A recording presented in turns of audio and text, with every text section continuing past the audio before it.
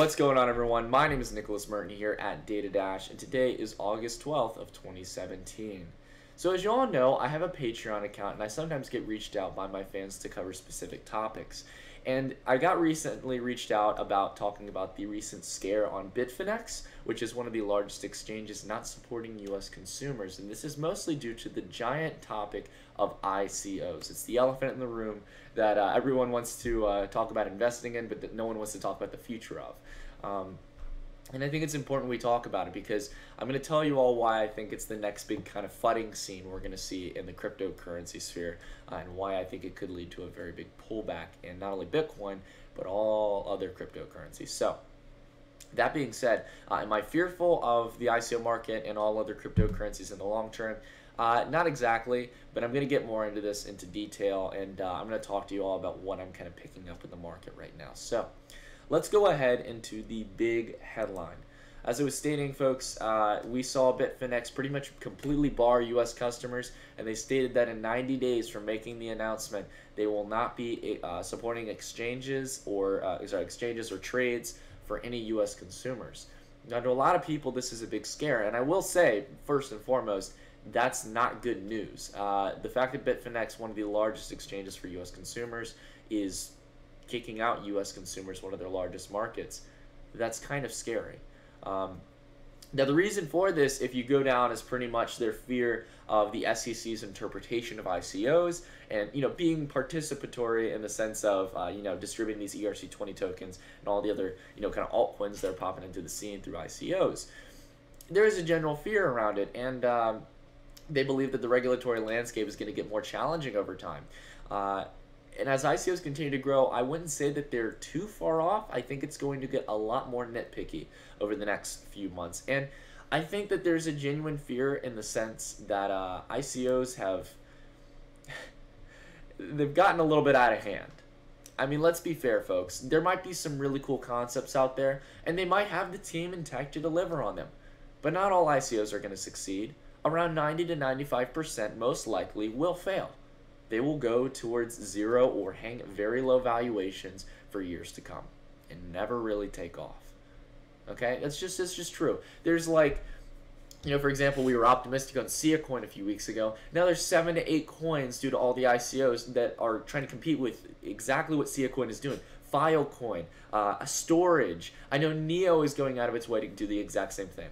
There's just so much overt optimism in this market. There's people who are at JP Morgan and Goldman Sachs who are kicking out their 6-figure salaries and raises in position to go out and start their own ICO. It's in a little bit of a bubble. That all being said, I think there are some winners in these markets, and I think ICOs will continue to be created just like there are with IPOs in markets.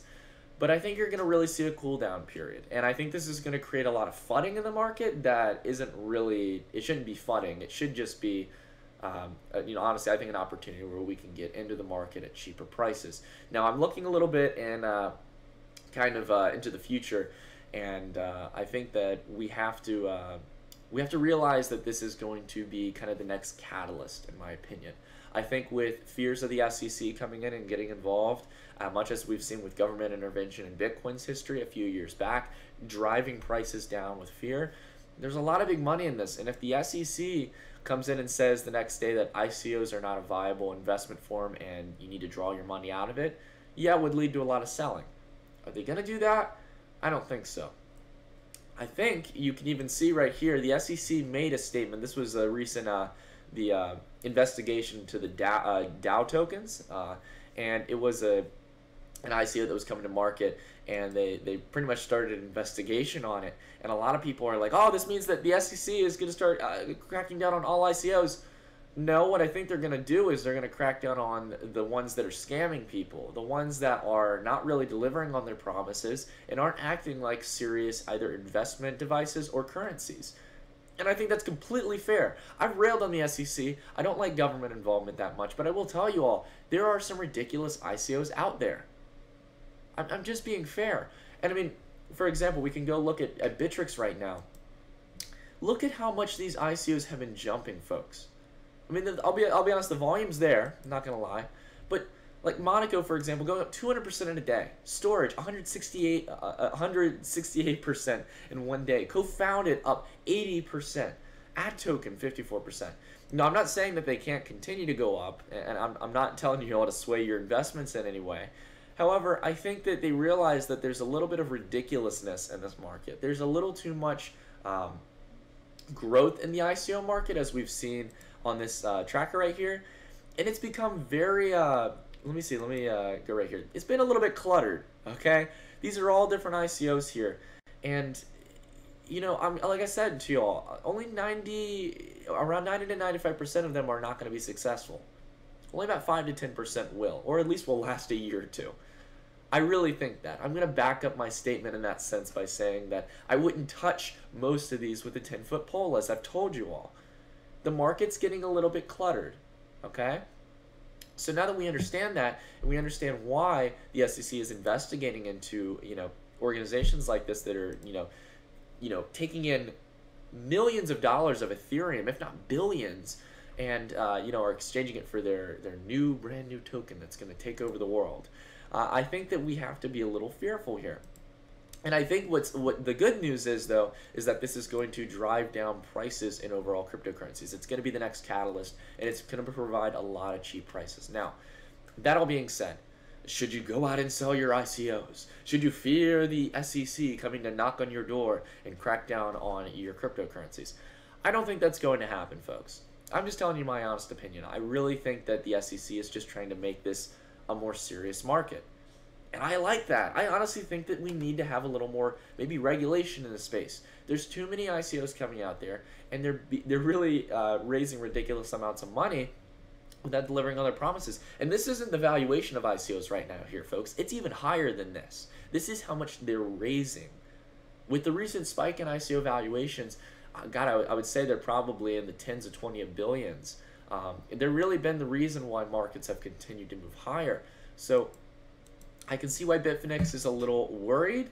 However, I think that I don't think that they're just going to instantly crack down on exchanges and stop ICOs. So I don't believe in that kind of flooding. However, folks, do not buy into ICOs at these levels.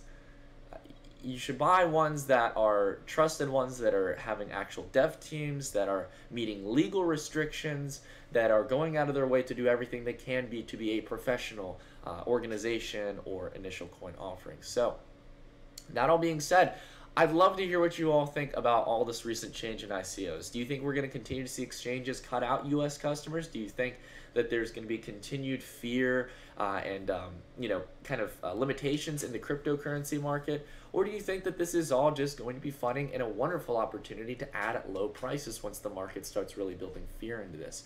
I'd love to hear what you all think in the comments below. If you've got a coin or token you want me to cover, please leave a comment down below and I'll try to check it out when I get the chance. But until then, I will see you all in the next video. Stay tuned.